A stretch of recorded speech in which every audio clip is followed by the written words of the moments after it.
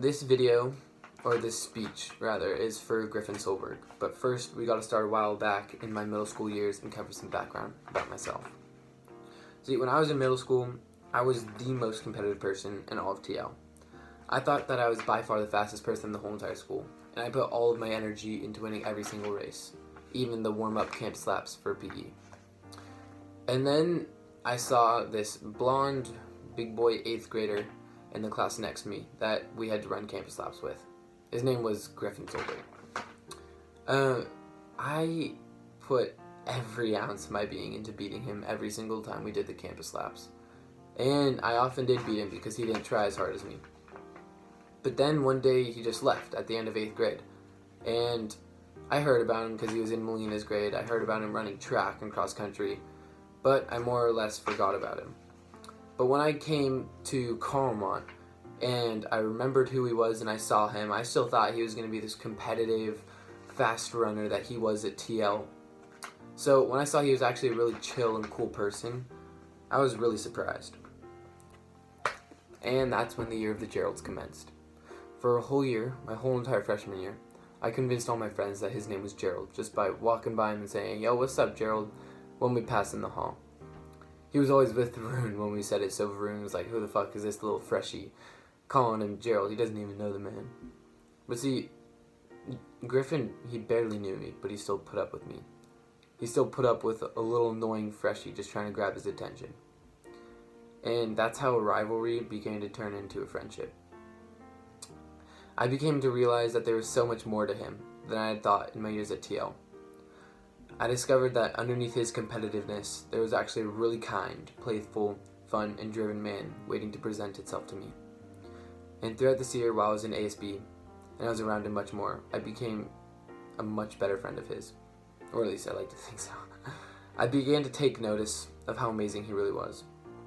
He's always down to play, and he's always down to have a good time. But not only is he really fun to be around, he is always ready to care for anyone that needs it. If I ever needed a ride home, he was there. If I ever wanted to play basketball or hang out in general, he was there. And if I ever got lonely at a dance, he accepted me into his group right away, allowing me to have a fun time. Throughout this year, Griffin,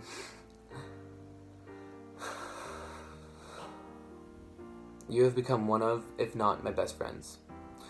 I can always count on having a good time hanging out with you, whether it be at the beach or on a Friday getting French toast with your fellow Mormons, or teasing you for always losing bets against me in running. I've always felt comfortable around you, and you have always made me feel welcome. I thought it was gonna suck that you were leaving for college, and I would only get to see you on vacations or a few days here and there. And then I realized you're going on a mission, a Mormon mission, and that means another 2 Griffinless years, just like I had at TL. Although this time, I actually know you. And this time, you're actually a really good friend of mine. 2 whole goddamn years. Just imagine this. When you get back and you start school again, we'll be in the same fucking grade. We're both gonna be freshmen in college. You'll be at UVU, and I'll be wherever I go. But obviously, that's like a really long time. And it'll suck. But I'll remember how accepting, welcoming, and nice you were to me when I arrived at Carmont, and all the memories we have made thus far. I just want to say thank you for being the best friend I could have asked for, and I hope you love your mission. And don't forget one thing, you my biff, bro, you my biff. Griffin Solberg, oh my goodness. I think that the time we've had together has been way too short. I don't think it's possible to spend enough time with the only person who's ever made me feel this accepted and loved. When we first started hanging out, I was really shocked. I didn't know why you would take the time to hang out with me, but I'm so happy that you did because you really quickly became one of my best friends ever. Whether it was our trips after football games or church dances, I knew that as long as we had some snacks and the radio on, we could talk about pretty much anything we wanted to. And whether it was things you're scared of or things you're looking forward to, or whatever was just happening in the moment, it all came out so easily around you, and it just felt right. And I don't think I've ever felt that with anyone else before.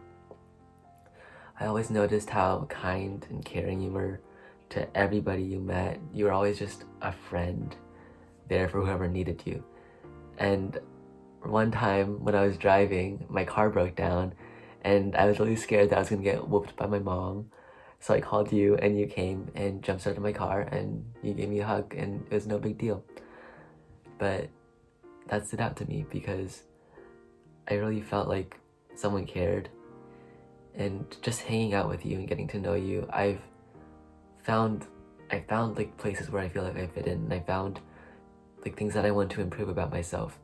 You've had such an amazing impact on me, and I can't wait for you to share that with the people at Peru and Utah and wherever else you go, because I know you're gonna do amazing things.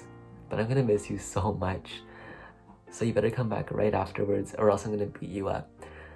And also, I just wanted to tell everybody that that one time that Griffin's face was all messed up and he said he moshed too hard, it was because he actually tried to do the worm, but he landed on his face instead. Thank you so much, Griffin, for being the best friend I could have ever asked for. I love you so much, and I can't wait to see you again. Bye.